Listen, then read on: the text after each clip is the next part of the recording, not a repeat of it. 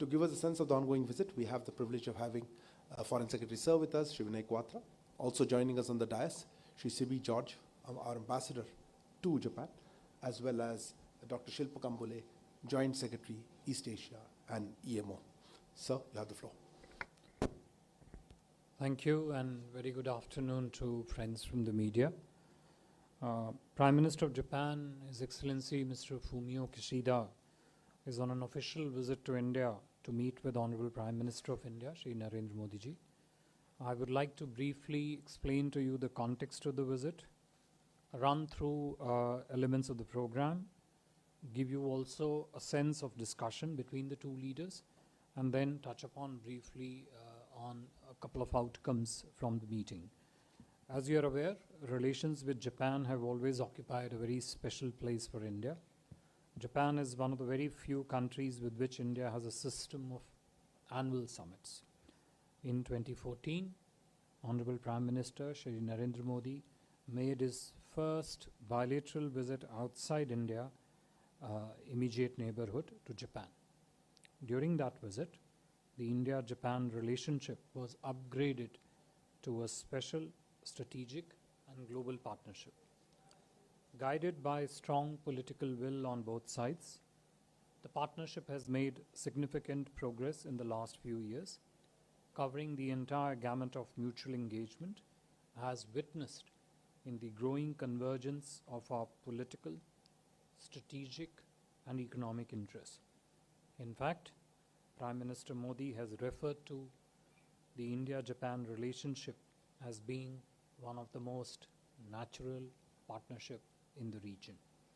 India-Japan special strategic and global partnership, built on the shared values of democracy, freedom, and respect for rule of law, is crucial for fostering peace, prosperity, and stability in the Indo-Pacific region.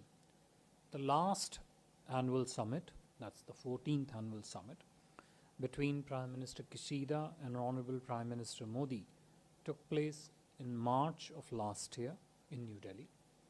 Thereafter, in the past 1 year, the two Prime Ministers have met first in May 22 for the Quad Leader Summit in Tokyo, and then during the visit of Honorable Prime Minister Shri Modi to Japan to attend the state funeral of former Prime Minister Shinzo Abe in September last year. 2022 marked also the 70th anniversary of India-Japan diplomatic relations. We celebrated this momentous year through various events in India and Japan. 2023 is a pivotal year for both India and Japan as chairs of the two major international groupings, India as the president of the G20 and Japan as the chair of G7. Our countries have the unique opportunity of converging our priorities on issues of significance and drive through that and in the process the global agenda. Through G20 presidency, India is working with partner countries, including Japan, to provide greater voice to issues of interest to developing countries, in particular the countries of the Global South, about which we have spoken in the past briefings also. Very quickly, in terms of the program, Prime Minister Kishida arrived in New Delhi earlier this morning, went to Rajghat thereafter to pay his tribute to Mahatma Gandhi. The two Prime Ministers then arrived at Hyderabad House for delegation-level talks. The two leaders also delivered the press statements, which I'm sure you would have heard. It was followed by a restricted lunch meeting between the two Prime Ministers and their close associates. Thereafter, as you just recently watched and heard, Prime Minister Kishida delivered a speech upstairs a short while ago. The two Prime Ministers will later on visit the Buddha Jayanti Park, where they will visit the Bal Bodhi tree in the Buddha Jayanti Park. As per the current schedule, Prime Minister Kishida would be departing tomorrow morning. Through these talks, the two leaders have held substantive discussions which is corresponding and commensurate with the depth and expanse of India-Japan engagement. key topics that were discussed during the meeting, key topics of bilateral cooperation, included the domain of defense and security, economic partnership, climate and energy, including energy transition, people-to-people exchanges, skill development, innovation. The two leaders also discussed regional issues of significance, including, as you just heard in the speech from Prime Minister Kishida, the Indo-Pacific. They also talked about their own respective priorities. Prime Minister explained at length priorities after India's priorities for G20, and he heard in turn Prime Minister Kishida's priority and Japan's priorities for G7. These two also formed an important component of bilateral conversation. In terms of concrete outcomes of the visit, there were two documents that were signed on the sidelines.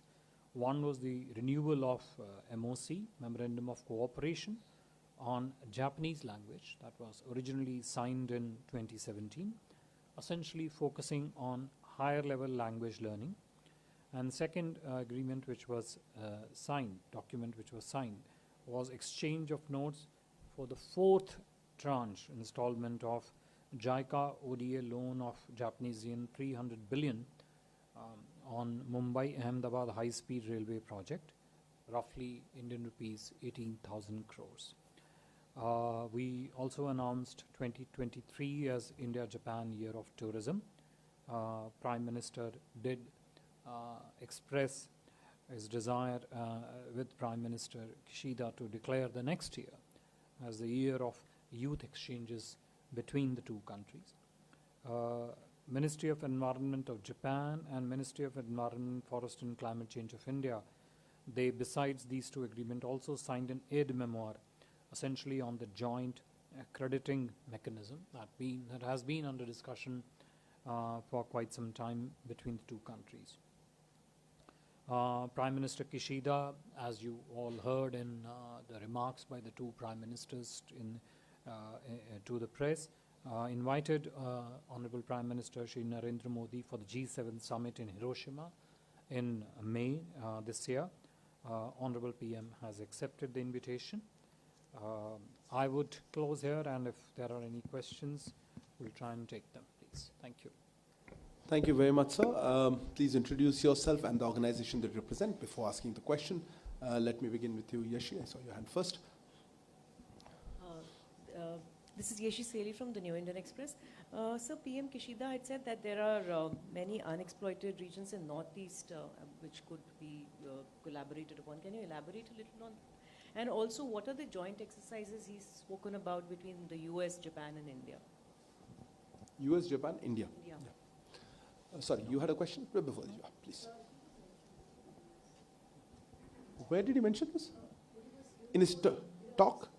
Okay, you just had the talk just now. We'll have to look at that. Hi, Yes, please. Hi, I'm Ryosuke Hanada from Japanese news agency Nikkei, and I would like to ask about the bullet train project. Did the two leaders agree on the schedule of the start of the schedule of the bullet train? Yeah, thank you. Schedule of launch of the bullet train. Yeah. Okay. Sorry, Siddhant. Hi, sir. Siddhant from Beyond. My question is, was Chinese aggressiveness with India, with Japan, part of the conversation between the two prime ministers? The other Siddhant? Same question. I love that. Okay. Yeah. No, behind you. Yeah, go ahead. Huma. Sir, I'm Huma Siddiqui from... Microphone, not clear. I'm Huma Siddiqui from the Financial Express. I just wanted to check in the defense. You talked about the two leaders discussing defense and security. So did they also talk about joint production, and did Japan offer any new technology to India as far as defense is concerned? Offer new technology. I think we'll come round next round, so we'll just take 4 questions. Okay. I actually couldn't quite capture the preciseness of your question on the joint exercises. My understanding is that what they spoke about was the we do multiple training programs as part of our bilateral and regional engagement, which is different from the training and exercises that we do in the field of defense. So I think what you're perhaps referring to is a set of recent exercises that took place between India and Japan, which I think for the first time also involved the two air force of the countries. So I think that was a reference. Training, of course, is a larger issue in terms of capacity building, and depending upon the domain of the training cooperation that you would talk about, it would include different partners. In this case, the reference that you're making to US is perhaps relating to that. But I think the reference to the exercises that was made in the discussion was more about the joint India-Japan military exercises. In this case, the most recent being, I'm forgetting the name of it, but Veer Guardian, which is essentially involving Air Force exercises for the first time. On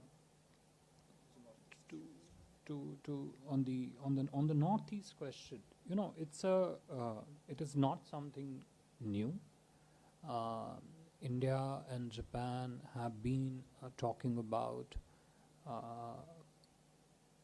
in the larger vision of Act East for us, in a sub-segment of how India and Japan can cooperate on this issue, which essentially strengthens 3-4 key aspects of regional, sub-regional and bilateral engagement, which links it through and through to as part of Act East. So there, for example, how do you build connectivity projects which link India's Northeast to, let's say, with the rest of the countries which fall under the Act East framework. Bangladesh is one of the very important partners there. Several of the projects that we are doing, for example, through Myanmar, multimodal Kaladan transport project, and other such road projects, bridge projects, which essentially link India through the rest of the Northeast, going further eastwards. This has been an ongoing point, not just of discussion between India and Japan, but frankly has been a point of substantive cooperation. We do an annual mechanism for this, and the next meeting of that mechanism is going to be held, if I'm not wrong, towards the end of next month, which is co-chaired by the Japanese ambassador here and Foreign Secretary as an institution from the Foreign Ministry. We essentially bring together all the stakeholders of the Northeast together and then see how partnership projects, including development cooperation projects, infrastructure cooperation projects, etc., can be sort of moved onto that. Now, with regard to the question on the bullet train, I think from a friend in Japanese media, I think there are many aspects of India-Japan cooperation when it comes to high-speed railway network. One is the project itself, and as I just mentioned to you, that the fourth tranche of the loan agreement between India and Japan was signed during this visit. Both leaders took an assessment of the current status of implementation of the project, which I think is progressing well. The leaders also assessed that this project is not only crucial to build industrial cooperation between the two countries, but also it has a very strong link with the technology cooperation between the two countries. I think the HSR project is not just a high-speed train project, it is also a very high-impact technology cooperation project. I think both leaders made that assessment and assessed the current status of its progress, which, as I said, has been progressing very well. Specific timelines of launch, etc., did not come up for the conversation between the two leaders. Siddhant, to your question on China, the two leaders, as I mentioned during their luncheon meeting, also spoke about the ongoing developments in our region and also globally. And naturally, as part of that, those discussions, they spoke about the challenges that we face in the region. 1, 2, how India and Japan and other like-minded countries can work together to address those challenges. 3, not just focus on challenges, but also focus on cooperation, particularly in the wider expanse of Indo-Pacific. How do you take the other countries of the Indo-Pacific together?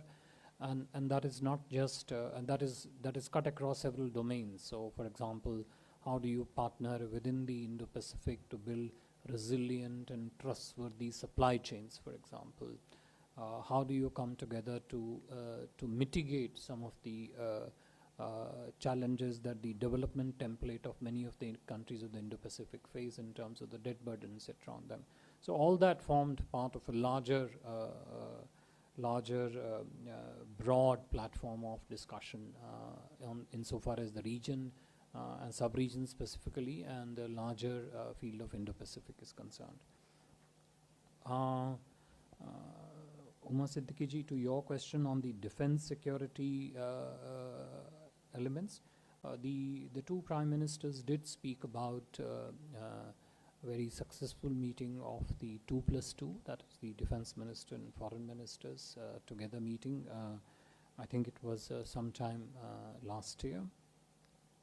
But when it came to different segments of cooperation in the field of defense, Prime Minister Shri Narendra Modi clearly put on the table that one of the areas of very strong cooperation between India and Japan could be co-innovation, co-design, co-creation. And you know, these words are not put across in terms of these discussions as a branding words. These are words which have a very strong underpinning, policy underpinning on the Indian side of Atmanirbharta in the field of defense, and Atmanirbharta not as an isolationist feature, but Atmanirbharta which can be built in partnership with other countries. And in this case, that partnership and that partner, particular in this case being Japan, they did speak about what more India and Japan can do going forward. No specific equipment or platforms were discussed, but technology as a wider spectrum. You know, how do you work on technology to move as bilateral partnership? And exercises I've already spoken about, training definitely, but there's a larger field of you know, research, design, creation, and the spectrum of what you can do in the field of defense is actually very large and deep. Thank you. Thank you, sir. You had a question? No, sorry, you had Akhilesh, go ahead. Sir, I'm Akhilesh Son from Sansar TV. As you said that you talked about G7 priorities and G20 priorities. So what are the converging points between the priorities of both the countries? Well, I mean the leadership of both the countries. Okay. And was there any unanimity of view on Russia-Ukraine war? Sorry, unanimity of view? Views on Russia. Maha. So my first question Microphone, is, closer. Sir, during the foreign ministers meeting of the Quad, the Japanese foreign minister had given a reference to the Beatles and spoken about how they can work together but also with others. Today again, we have seen Prime Minister Kishida talking about expanding cooperation in the Indo-Pacific. Has Japan expressed its desire to include more countries in the Quad? And sir, second question is not related to Japan but pertinent at the moment because there are reports right now that the Indian consulate in San Francisco has been vandalized by some Khalistani groups. Would you respond to that? Because we are seeing these incidents happening in some parts of the country. In fact, on UK, the DCM was also summoned. That's not really in the domain of this, but I'll let FS decide. Oh, we had a few. Once I give you the floor then. Shashank, go Thank you for your time, Foreign Secretary. I'm Shashank Matu from the Mint. So the Prime Minister mentioned semiconductors as a particular area of focus for India and Japan in the field of emerging technology.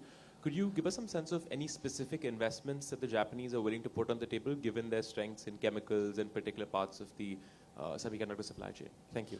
Okay, Pranay. You got to be sitting ideally, but please.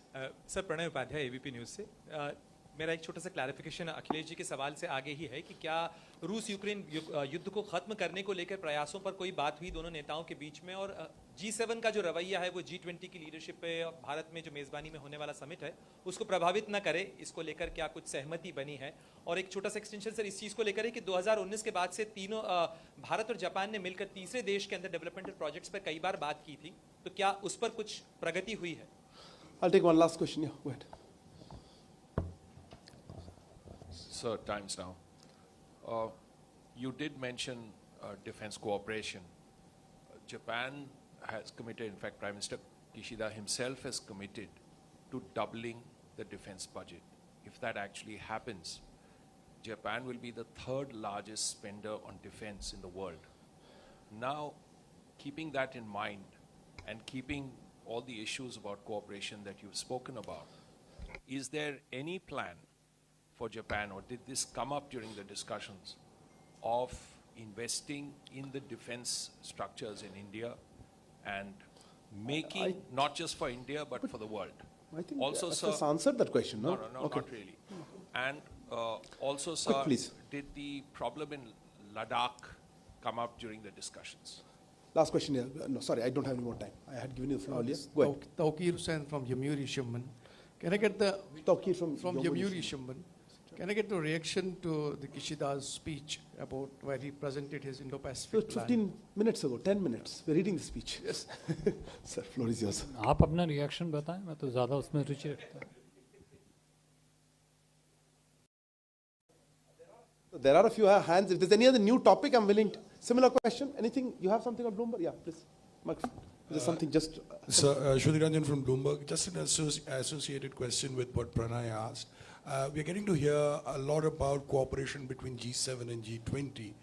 Is it that Japan is asking us to align our India's position more, and if so, what is the reaction? Similar to the first question. No? I think that's very close to that. Nice. I think केवल एक ही व्यक्ति जिसने खड़े होकर प्रश्न पूछा, तो पहले मैं उसी का प्रश्न उत्तर दे देता हूँ, ठीक रहेगा. तो प्रणय जी, जो आपका प्रश्न था यूक्रेन, G7, G20, समावेशी विचारधारा, प्राथमिकताएं, ब्लूमबर्ग का भी थोड़ा लगभग एक ही प्रश्न है. आपका दूसरा प्रश्न तीसरे देशों में सहयोग सहकार्य को लेके है. देखिए, जहाँ तक G7 और G20 का प्रश्न है, जैसे कि मैंने अपनी प्रारंभिक टिप्पणी में भी कहा, इस समय G20 की अध्यक्षता भारत के पास है और G7 की अध्यक्षता जापान के पास है.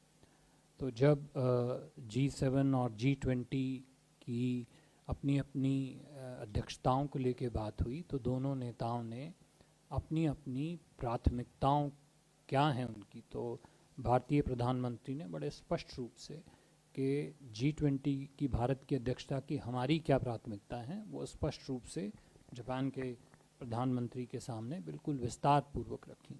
इसी प्रकार से जापानीज़ प्रधानमंत्री ने भी जो उनकी प्राथमिकताएं G20 की हैं वो सामने रखी.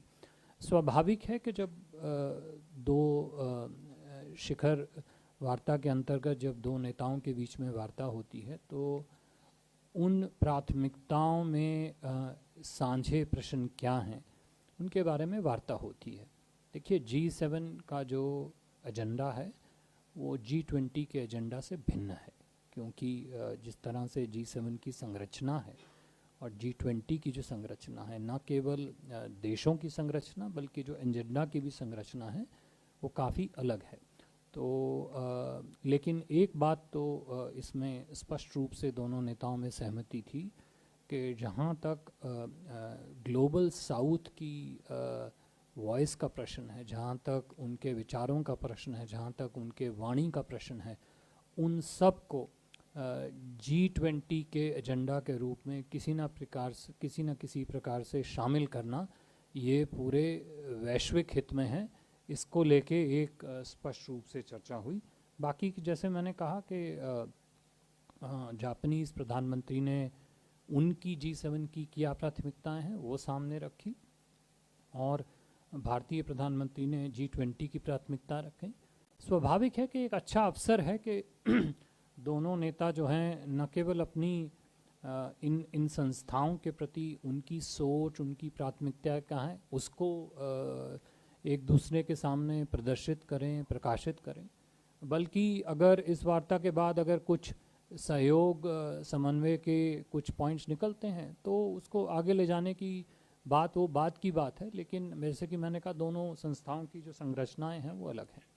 जहाँ तक तीसरे देशों में सहयोग और सहकार्य का आपका जो प्रश्न था, देखिए ये जो भारत जापान सहयोग पूरे इंडो पैसिफिक क्षेत्र में रीजनल पार्ट्स में, सब रीजनल सेगमेंट्स में, larger global Indo Pacific segment में, उसमें कहीं ना कहीं पे भारत और जापान सहयोग किस प्रकार से दूसरे देशों की सहायता कर सकता है ये वार्ता में निहित है अपने आप में।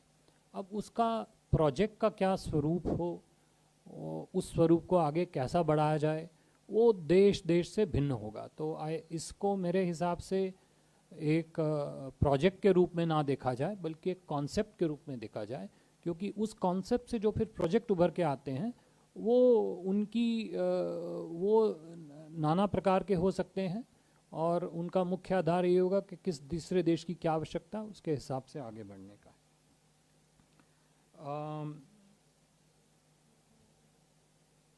अखिलेश जी, जो Akhilesh, your question on the G20 and G7, I think I have pretty much answered, which is that both leaders focused on their respective priorities during their presidency of their organizations which they are running, India for G20, Japan for G7.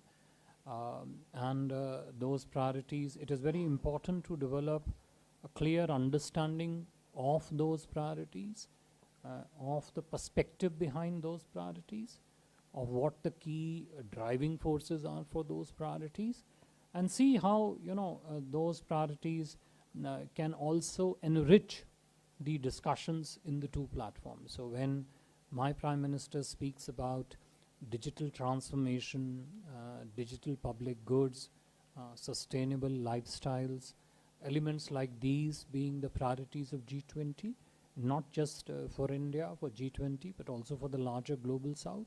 Obviously, that can enrich the agenda for the G7 discussions also. So I think I have answered this in detail, but just as a part elaboration of that one. Mahaji, to your question on the, or rather your comment on the Beatles, etc. Look, I'm not musically inclined, particularly to the Western music, so I would rather not comment on that. But I think suffice to say that the question of expansion of Quad in this conversation did not come up. One. Two, all the Quad members are very clear in their mind that Quad needs to undergo a very, very appropriate phase of consolidation before we look to anything other than Quad. I'll leave it at that. With regard to the UK incident, we have already put out yesterday evening, late evening, India's response to it, in which the UK Deputy High Commissioner was summoned and was, one, demanding an explanation, two, asked to be asked the culprits and the perpetrators of what happened at London yesterday to be quickly arrested and prosecuted. We launched a strong protest and also clearly indicated to the British authorities for the need for them to put up adequate security at the UK High Commission. Shashank, to your question, I think on semiconductors was the question. You see, this as I mentioned, this